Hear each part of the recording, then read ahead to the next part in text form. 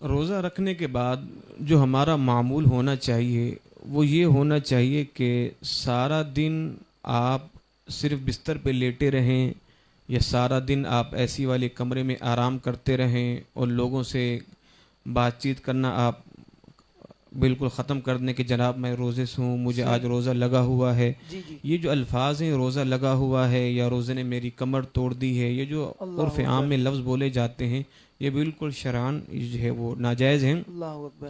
ہمارے معاشرے میں کیا ہوتا ہے، صحابہ کرام علیہم الرضوان کی اگر زندگی کو ہم پڑھیں تو انہوں نے روزے بھی رکھے ہیں، جہاد بھی کیے ہیں، جنگیں بھی لڑی ہیں، اور مکے کی تپتی سرزمین پہ ہیں جی، اس زمین پہ کہ جہاں اگر آج کوئی بندہ ننگے پاؤں بھی کھڑا ہو جائے تو اس کی چیخیں نکل جائیں. واقعی صحیح بات ہے. مگر آج ہمارے یہاں تو روزہ رکھنا، نماز تراویح پڑھنا، عبادت کرنا بالکل آسان ہے. بالکل آج ہمارے یہاں کیا ہوتا ہے کہ روزہ رکھا، نماز فجر کو اول وقت میں پڑھا اور سو گئے. ہو گئے. صحیح. ظہر تک سوتے رہے، ہمارے مرد ہوں یا گھر کی خواتین ہو.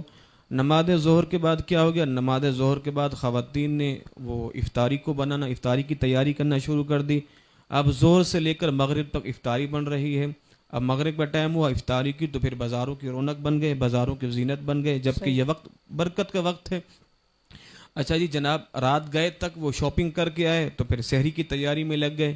اب سحری کے اندر کیا بنانا ہے، کون سی ڈش پکانی ہے، کیا کھانا ہے، اسی کشمکش میں لگتے لگتے نماز فجر کا وقت ہو گیا، نماز فجر پڑھی پھر سو گئے. تو یہ ہمارا دن بھر کا معمول ہے. صحیح. تو اب بتائیں اس کے اندر ایسا کون سا وقت ہے کہ جس وقت میں ہم اللہ اس کے رسول کو راضی کر رہے ہیں، نیکیاں کما رہے ہیں.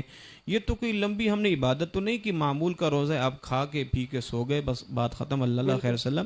ایسا نہیں ہونا چاہیے. دن بھر کا معمول یہ ہو، آپ نے روزہ رکھا ہے، روزہ رکھنے کے بعد نماز فجر پڑھیں، ہو سکے تو اشراق چاش کی پابندی کریں، پھر نماز ظہر میں اٹھیں، قرآن کی تلاوت کریں، نماز عصر نماز باجماعت پڑھیں، پھر اس میں بیٹھ کے آپ درس اگر کہیں مسجدوں میں ہوتا ہے اب وہ سنیں، ذکر و اذکار کریں، پھر رات کی تنہائی میں کھڑے ہو جائیں، رب سے لو لگا لیں، نماز تہجد کی پابندی کریں، قرآن کی تلاوت کریں، تسبیحات پڑھیں. تو یہ ہمارا دن بھر کا معمول ہونا چاہیے. تو مگر ہمارے یہاں کیا ہوتا ہے کہ روزہ رکھ کے اور سو جانا ہے. اللہ خیصلہ کوئی عبادت کے لوگوں میں کوئی شغف نہیں ہے، کوئی شوق نہیں ہے. بس جناب میں روزے سے ہوں، تو جناب آپ نے روزہ رکھا ہے تو کوئی تیر تو نہیں مارا. صحابہ کرام علیہم الرضوان کی زندگی کو پڑھیں، روزہ بھی رکھتے تھے، تبلیغ کے لیے نہ جانے کئی کئی مہینوں کا سفر بھی کرتے تھے اور اللہ بھی کرتے تھے.